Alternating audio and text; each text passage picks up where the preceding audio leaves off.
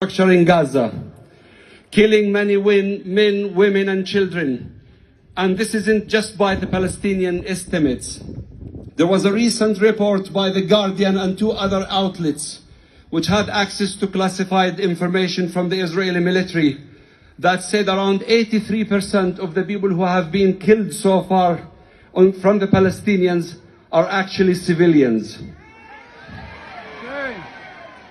There is more children with amputations in Gaza than the rest of the world, if you take it by per capita basis.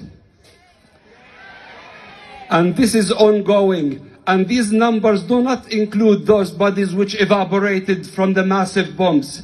It does not include those bodies which are still buried for months and months, where they didn't have a right for a dignified burial.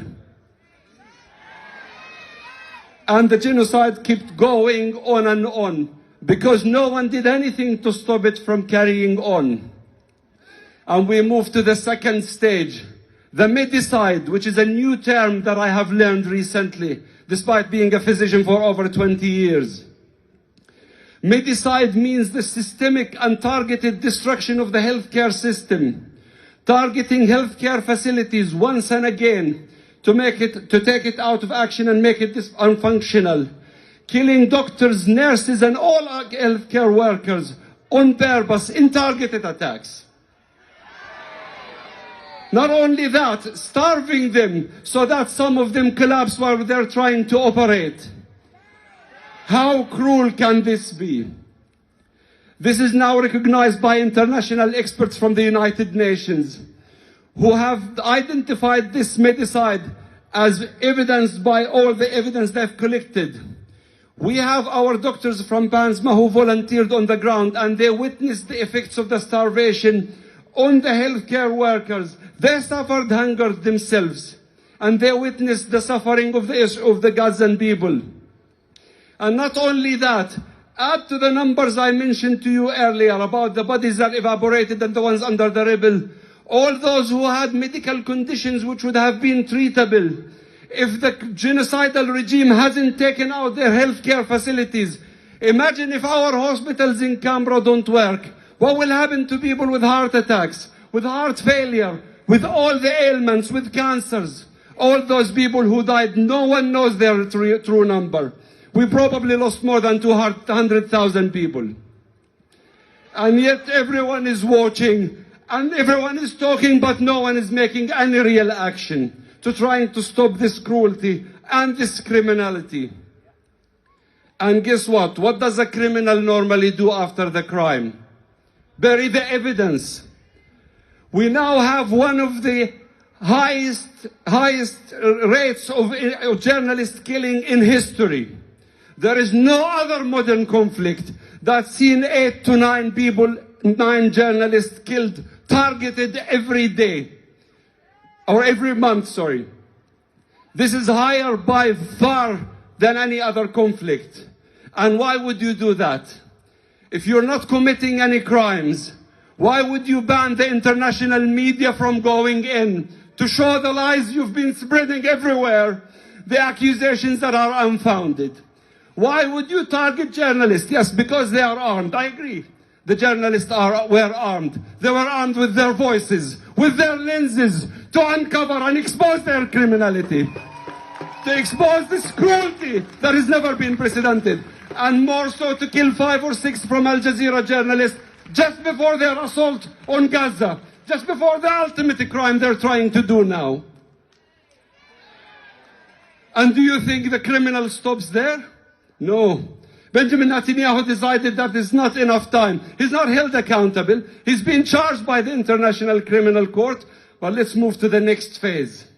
Phase 4, the famine. The famine has been going on for several months, but it was only possible for the IPC to announce it as famine 2 days ago. That's because they had enough evidence they collected to announce it. And that's category 5 of food insecurity, which is the highest level in the categorization, affecting more than 500,000 people.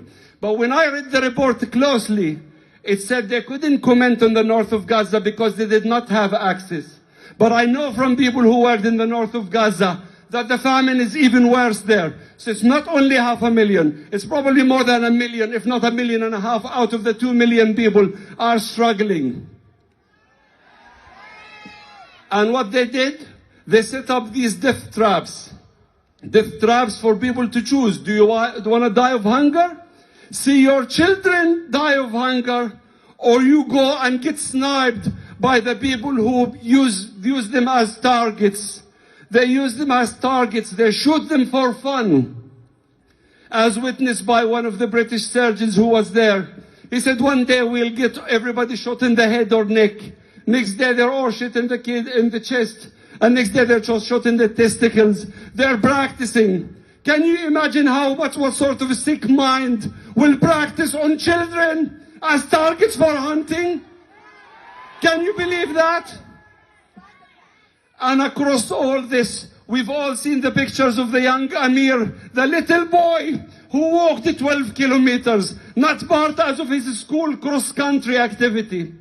He walked 12 kilometers to get to some food scraps because he's hungry, he's scared. And he was so grateful to the mercenaries of the so-called Gaza Humanitarian Foundation that he thanked them and kissed their hands after he had some scraps of food, only to be sniped by the Israeli military. How cruel do you have to be? And we have seen Amn al-Mufti, the 11-year-old girl, the age of my son, who was thirsty, tired, scared, went to get some water for her and her family. She was carrying a water bottle or bucket which is heavy, too heavy for her, that she's swinging aside, only for the psychopath on the other side to target her by a missile from the drone to burn her child body. Can you believe that? How cruel can you be to do that? What did Amna do to deserve this death? What did they deserve to have their childhood taken away from her? What did her family deserve to see their child being killed in such a way? And as Tom Fletcher described when he reported famine, he said this is a man-made famine which was preventable, but it was caused by cruelty, justified by revenge, enabled by indifference, and maintained by complexity. All the governments of the world are complicit. Everyone who didn't take an action is complicit. I call on you all, my brothers and sisters here today, to call all your friends, to everyone to put pressure on our government and every other government in the world to act now before it's too late, before Gaza is wiped off the face of earth. No one deserves this fate. And free Palestine. Free Palestine. Brick by brick and wall by wall. Brick by brick and wall by wall. Thank you all, my brothers and sisters.